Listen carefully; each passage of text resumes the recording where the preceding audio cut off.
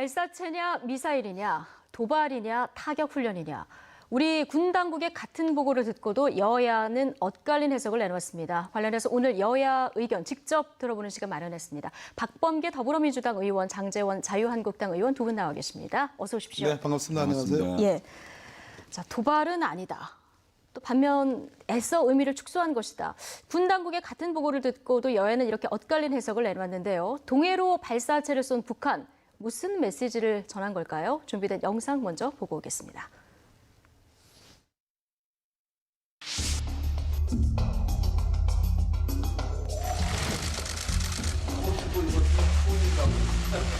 방사포냐 미사일이냐 다른 화력 타격 시험이냐 실험이냐 이 부분에 대해서 여러 가지 다수의 종류가 같이 이렇게 혼재되어 있기 때문에 면밀한 분석이 더 필요하다. 국방부는 국방부의 역할이 있다. 근데 국방부가 지나치게 지금 정무적 판단을 하고 있다는 부분을 이를 미사일이라고 말하지 못하는 홍길동 정부는 도대체 어느 나라 정부입니까? 이건 한국의 국방부가 아니라 북한의 통전부 같은 말입니다.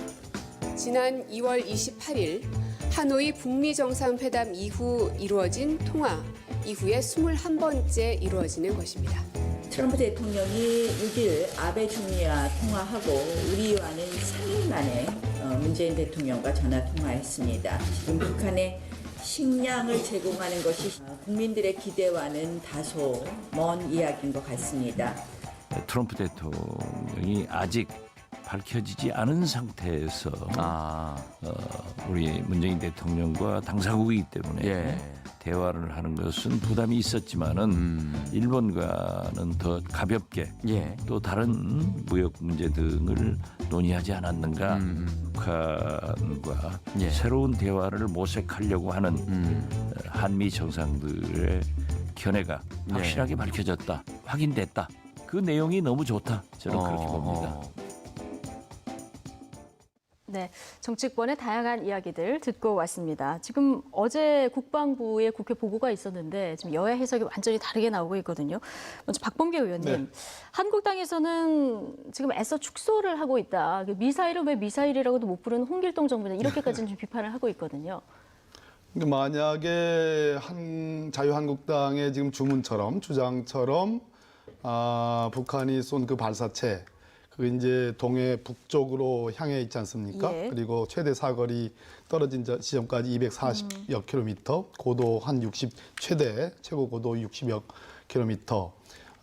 이걸 감안해서 그것을 만약에 단거리 미사일로 단박에 규정을 하고 거기에 대해서 한국 정부든 미국 정부든 그렇게 규탄을 하게 된다면 지난 1년 이상 우리 한반도에서 정말 새로운 조성이 된 이 평화 분위기 그리고 비핵화의 협상의 국면이 완전히 깨지게 되고 이것은 도발로 규정할 수밖에 없고 그렇게 되면 유엔 제재가 더 강화돼야 되고 그렇게 되면 전쟁 일촉즉발의 그런 위기가 다시 한반도에 불어온다라는 그러한 그 예상 때문에 저는 대단히 미국 정부, 특히 트럼프 대통령과 폼페이오 국무장관의 반응과 또 우리 정부, 특히 어제 문재인 대통령과 트럼프 대통령 간의 35분간의 통화를 통해서 북한이 이 대화의 궤도에서 이탈하지 않도록 하면서 비핵화 협상의 재개 방안을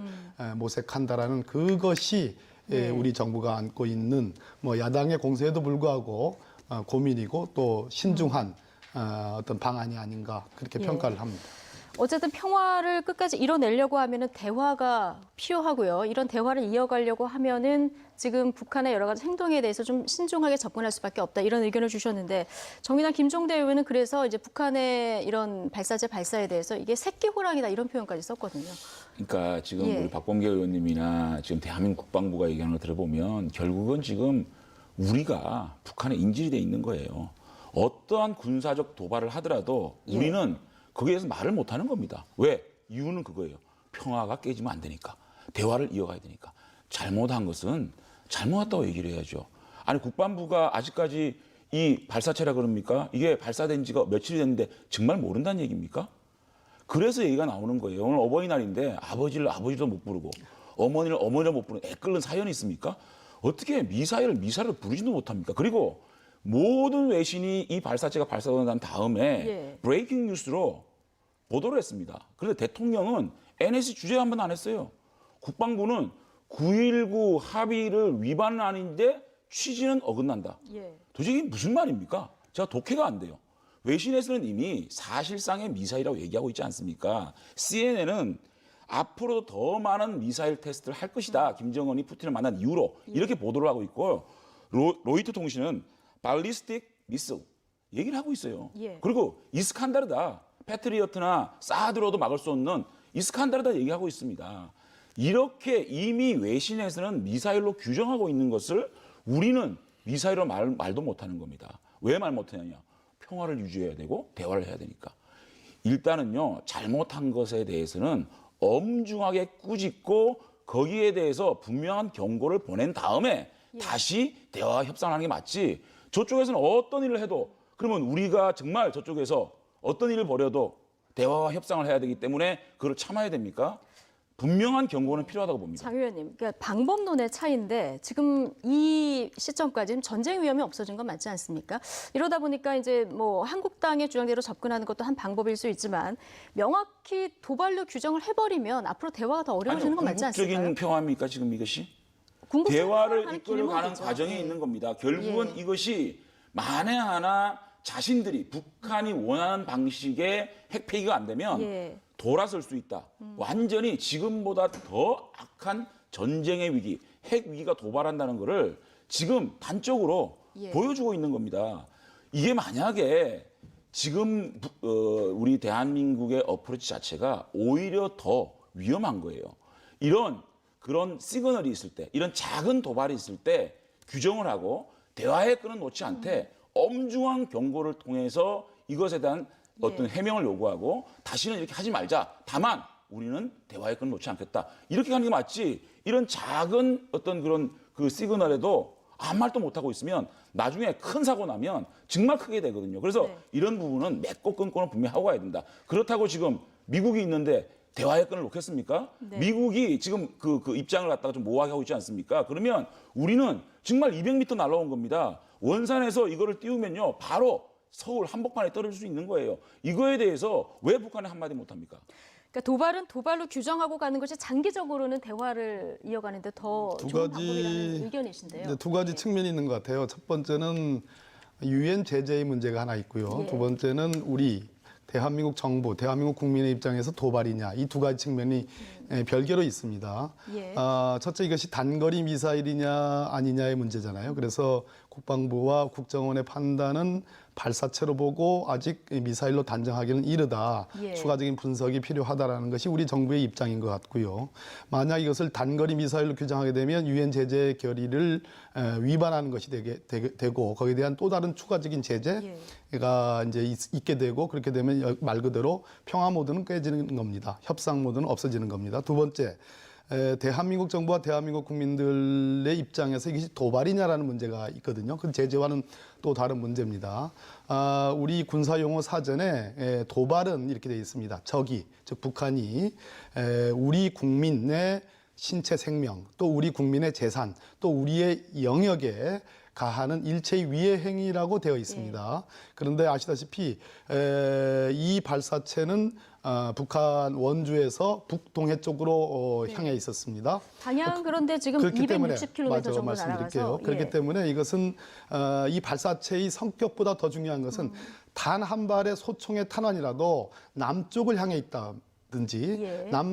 대한민국 국민의 재산을 향해 있다든지 대한민국 국민의 신체를 향해 있으면 그건 도발입니다. 네. 소총 탄환 한 발이라도. 그렇기 때문에 현재 도발로 규정하기는 무리다라는 것이 정부의 좀 판단인 것 같습니다. 마지막으로 야당의 입장에서 특히 자유한국당 입장에서는 이런저런 우려는 저는 이해가 되고 또 그렇게 강경하게 얘기해 주는 것도 일측면으로서는 뭐 도움이 되는 측면이 있습니다. 그런데 분명한 것은 트럼프가 보통 트럼프입니까? 이 북한의 발사체 발사 이후에 8시간 만에 트윗을 통해서 자신이 김정은 위원장과 함께 한다는 것을 김 위원장이 알고 있고 자신과 한 약속을 깨고 싶어 하지 않는다라는 그런 트윗을 냈습니다. 그 이유가 뭐겠습니까? 결국은 야당의 반응도 있지만 우리 정부가 공신력 있는 우리 정부가 이것을 단호히 도발로 규정한다든지 네. 또는 제재 위반으로 단거리 미사일을 규정하는 순간 정말 과거서부터 내려왔던 소위 평화 번영 정책이라는 이 국민의 한 50%, 54% 정도 나온 것 같아요. 55%.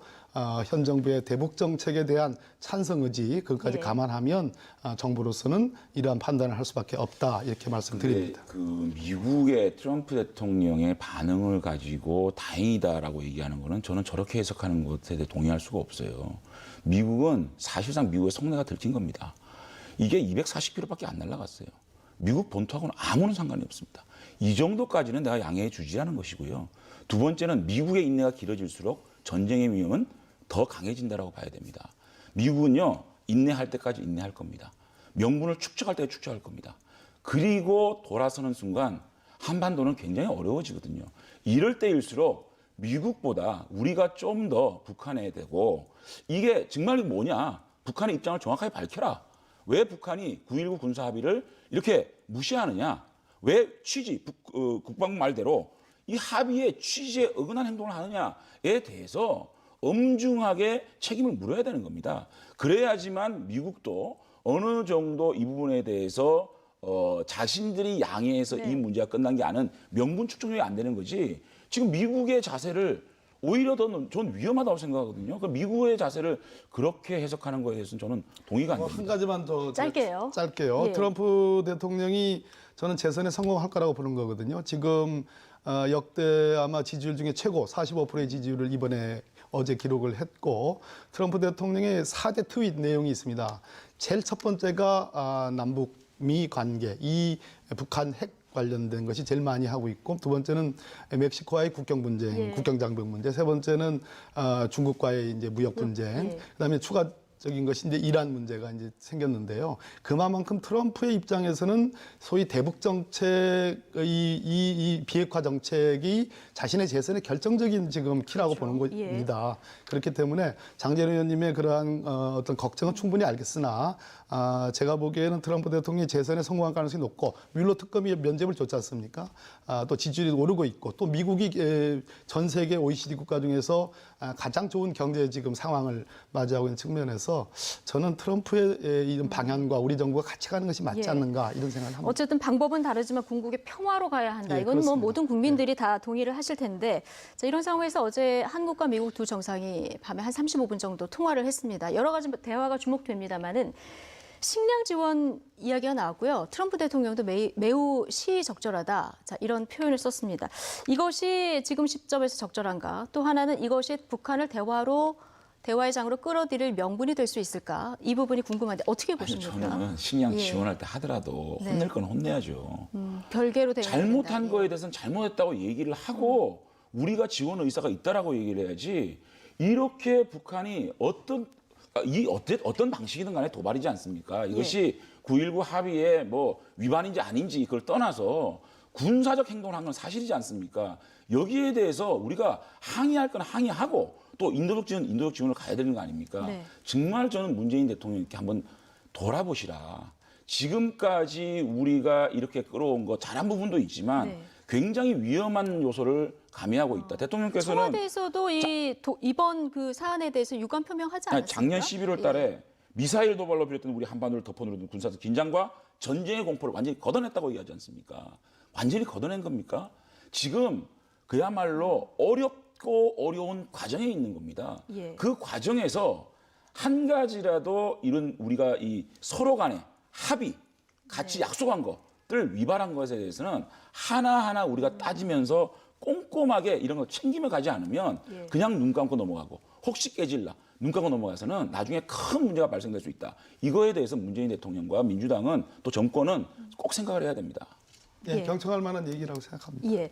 뭐 고비마다 이제 위기가 있을 텐데 이번에 이제 한번 위기가 왔다 이렇게 볼 수는 있을 것 같은데 어쨌든 그 북한의 그 식량 지원 네. 문제 어제 이 통화 부분이 내용이요? 통화 내용 이 네. 부분이 이제 물꼬를 틀 수 있는 부분이 될까 안 될까 이 부분이 그렇습니다. 관심인데 앞서 저희가 이제 정동영 그 전 네, 통일부 네, 네. 장관 민주평화당 대표 연결을 했는데 네.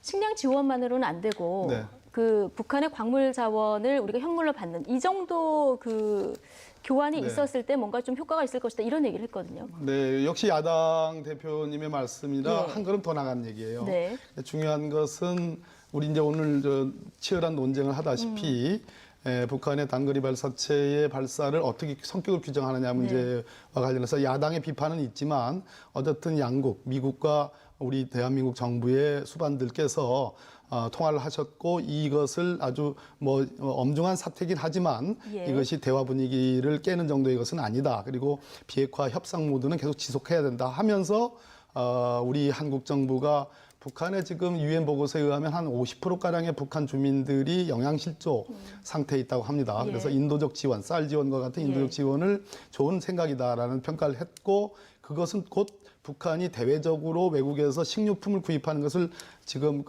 허락하겠다라는 그런 취지거든요. 예. 저는 그 정도 선만으로도 김정은 위원장에게 분명한 한미 양국의 시그널이 전달됐다고 보거든요. 그래서 정말 이 자리에서 제가 영향을 미치는지 모르겠으나 나이가 어리시니까 김정은 위원장이 한미 양국 정상과 국민들이 그래도 이마만큼 평화 분위기를 해쳐서는 안 되고 네. 협상 모드로 가야 된다라는 절실한 생각을 갖고 있다는 걸 아셔가지고 예. 좀 화답을 했으면 좋겠어요. 알겠습니다. 요거 좀 말씀드려야 돼요. 30초만요. 아니, 30초. 예. 쌀 다음에 뭔데요?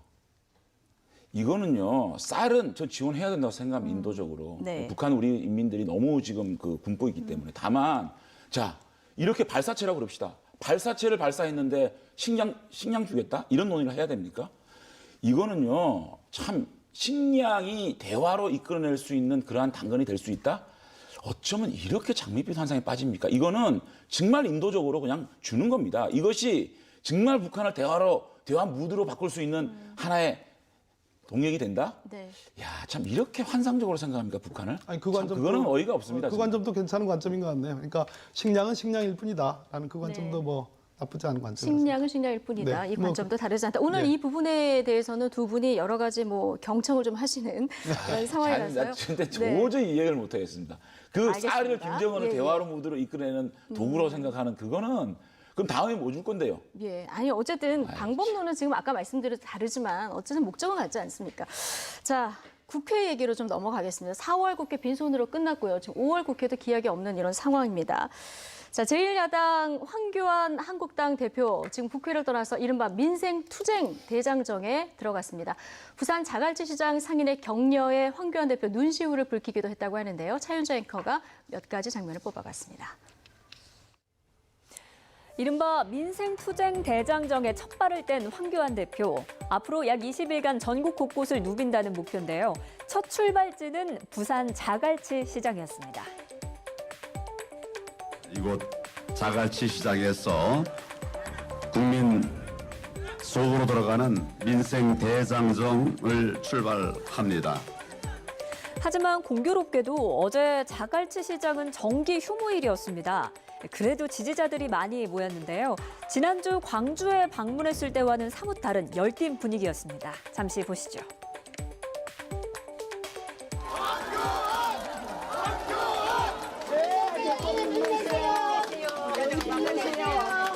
지금 누가 이 나라를 바로잡겠습니까? 미우나 고우나 자유한국당밖에 더 있습니까? 지지자들의 격려와 성원을 받으니 감정이 북받쳤을까요? 기자회견을 마친 뒤에는 눈물을 보이기도 했습니다. 자갈치 시장은 유력 정치인들이 꼭 들르는 필수 코스였습니다. 지난 2012년 대선 때 박근혜, 안철수, 문재인 세 유력 대선 후보가 자갈치 시장을 찾았고요. 2017년 때도 당시 유력 대선 후보 모두 자갈치 시장에 왔습니다. 여당은 황 대표의 투쟁이 대권 투쟁이라면서 가출 정치 그만하고 국회에 복귀할 것을 촉구했는데요. 마지막으로 들어보시겠습니다. 뉴스를 보니까 좀 안 됐다는 생각이 좀 듭니다. 장애 투쟁이 과거에는 언론과 막힌 야당의 저항 수단으로 어느 정도 효과가 있었지만 이번처럼 제1야당이 일으킨 폭력 사태를 전 국민이 지켜보신 상황에서는 길어질수록 오히려 역풍을 맞이할 것이라고 예상이 됩니다. 황교안 대표가 아마 대권에 대한 이 욕심 때문에 국회를 볼모로 해서 이렇게 국회를 파행시키고 있다고 생각합니다.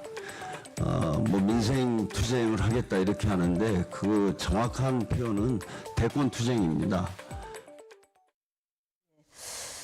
자, 황교안 대표 어제 환호도 받고 눈물도 보이고 이런 모습 이제 볼 수 있었습니다.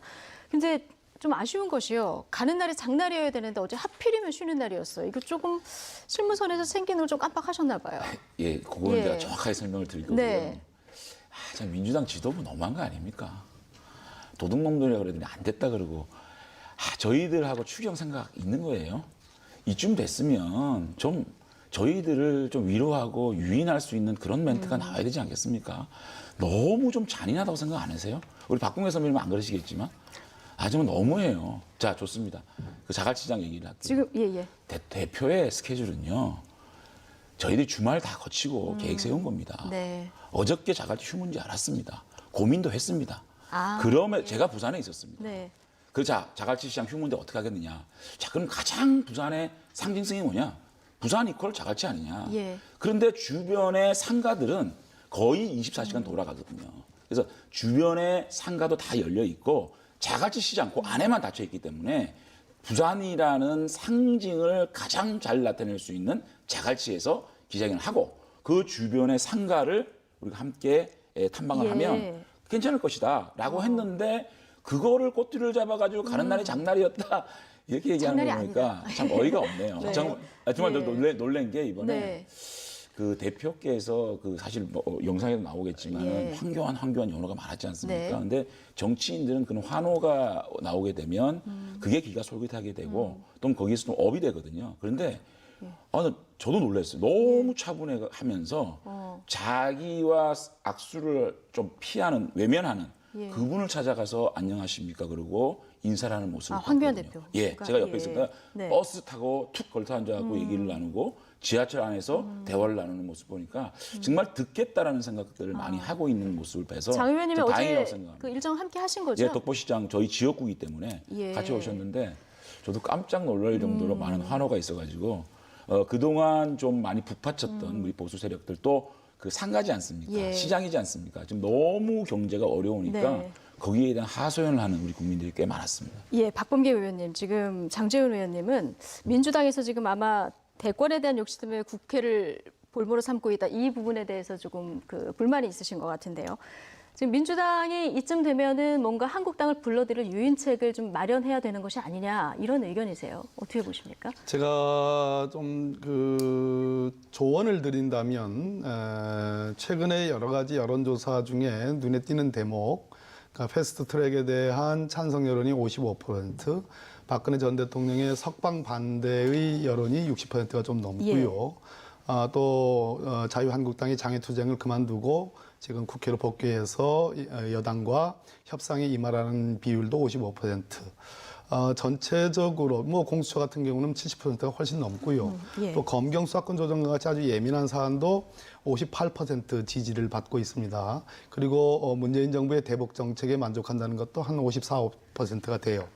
이 얘기는 무슨 얘기냐면 우리나라의 촛불을 거치면서 탄탄한 어떤 개혁, 양심, 정의 세력이 국민들 속에서 만들어졌다. 그것이 꼭 민주당 지지라는 얘기는 아닙니다. 탄탄한 그런 세력들이 만들어졌어요. 그렇다면 황교안 대표께서 하는 그 행보는 제가 보기에도 대권 행보로 느껴집니다. 본인이 이러저러한 어떤 감정, 특히 저런 눈물 같은 걸 보이시는 것을 보면서 글쎄 그 장면이 어떤 장면인가 하는 생각도 들고 또 글쎄요, 그 자갈치 시장에 그 상인이 없는 곳에서 빈 시장에 가서 민생이 없는 곳 아니겠습니까? 빈 시장이니까요. 네. 그래서 얼마나 감격을 받으셨는지 모르겠는데 전체적으로 30%에서 35%의 자유한국당 절대 지지자들, 특히 그 한쪽에 있는 뭐 태극기 부대를 포함하는 극단적인 세력에 얹혀 있는 거 아닌가. 거기에 너무 지금 빠져가지고 감격해하고 그러시는 거 아닌가 하는 우려가 있습니다. 예. 저희들도 야당할 때 집권 못했습니다. 과거에 집권 못했을 때의 소위 민심 대장정이니 무슨 뭐 등등 했습니다. 근데 결과적으로 문재인 대표 시절 때로 돌아보면 당으로 돌아와서 혁신위원회를 만들어서 당을 혁신하고 국회로 돌아와 가지고 야당과 머리를 맞대면서 법안을 통과시킬 건 통과시키고 안 되는 건 안 되고 그렇게 국회 중심의 민생을 돌볼 때 민주당이 결국은 박근혜 정부에서 국정농단을 밝혀내고 집권했다라는 그런 경험을 제가 알려드리고 싶어요. 예, 박범계 의원님은 안 그럴 거다 아까 그렇게 얘기하셨는데 대권 행보를 해석을 하고 계십니다. 대권 행보를 해석될 수는 있죠. 네. 대권 1위 후보니까. 정치인이기 차기 때문에 대권 이제. 1위 후보가 어떤 일을 해보세요. 대권 행보를 안 그러겠어요?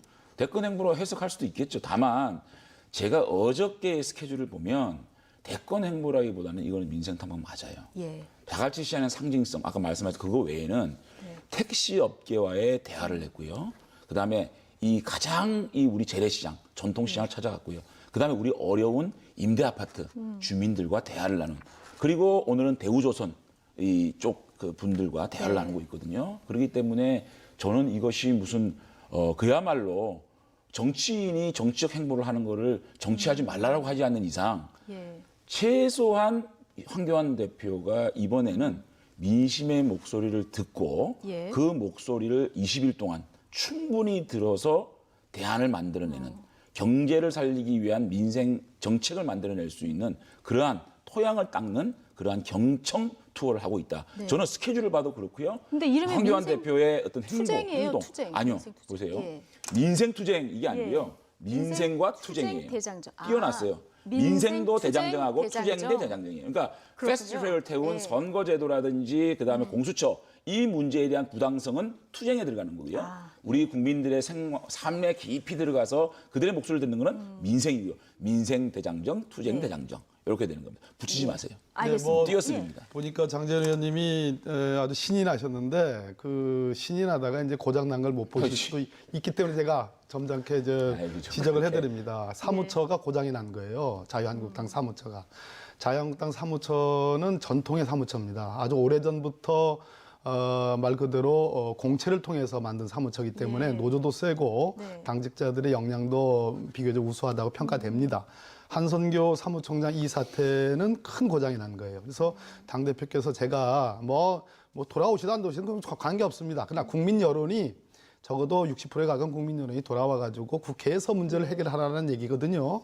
그런데 제가 알기로는 뭐 우리 장재현 의원님은 좋게 말씀하셨지만 최초의 보도에 나오기에는 광안리 해수욕장에 가서 저걸 한다. 거기는 관광객들이 오시는 데인데 저걸 한다라는 것이 안 맞죠. 그러다 보니까 급조해서 자갈치 시장으로 갔는데 휴무였다라는 그런 얘기들이 이제 기사에 나옵니다. 그런 상황에서 한선교 사무총장의 소위 정말로 엄청난 욕설 파문이 있었고 사무처 그 당직자가 잠적하는 지금 현재 사태가 가라앉지 않고 있는 지금 중대 사태가 와 있는데 제가 보기에는 당부터 먼저 돌보시는 것이 중요하지 않을까. 장재훈 의원님 얘기를 들어봐야 될 것 같습니다. 이 한선교 의원 욕설 파문이 좀 논란이 좀 많이 되고 있는데 지금 얘기한 대로 어떤 일정 조율 과정에서 뭐 있었던 겁니까? 아니면 우리 어떻게 되는 자유한국당 겁니까? 내부 사정을 어떻게 민주당이 잘하는지 모르겠어요. 제 말이 팩트입니다. 아니 대표의 그 일정을 물론 그 논의 과정에서 자갈치가 휴일이니까 광안리로 가는 것도 의미가 있지 않느냐라는 대안으로 나온 게 흘러나간지 몰랐어도 애당초 정치인들이 부산 오면 가장 먼저 가는 자갈치지 않겠습니까? 휴일이기 때문에 그게 논의된 과정에 나간 거고요. 그 스케줄 때문에 뭐 사무처가 시끄러워졌다는 건 절대 아니고요. 그건 아니에요. 왜 이렇게 된 겁니까? 지금 이제 차무처와 이제 그 한성교 총장 사이에 조금 불미스러운 일이 있었다는 얘기는 들었는데 제가 한성교 총장하고 이제 대화를 못 나눠서 잘 모르겠는데 지금 많이 지쳐 있지 않겠습니까? 3주 동안 계속 장애투쟁하고 장애투쟁하면서도 당직자들이 지금 전부 다 패스트트랙에 매달렸죠. 이렇게 체력적으로나 사실 업무적으로나 의원들이나 당직자들이나 보좌진들이나 전부 좀 지금 좀 지친 상황이에요. 그러면 조그만 얘기가 나가도 그 받아들이는 입장에서는 굉장히 어렵게 받아들이는 부분이 있거든요. 그러니까 이런 문제는 사과를 하긴 했는데 그럼요. 지금 가라앉을 것 같지 않아요. 제가 볼 때는 이거는 합리적으로 잘 할 거고요. 왜냐하면 지금 야당입니다. 야당은 의원과 당직자와 보좌진들이 어깨를 걸고 함께하지 않으면 뚫고 나갈 수 없기 때문에 잘 해결될 거고요. 황교안 대표가 와서 이 문제를 정리를 하라? 그럼 대표가 사무 보는 사람입니까? 회사의 사장입니까?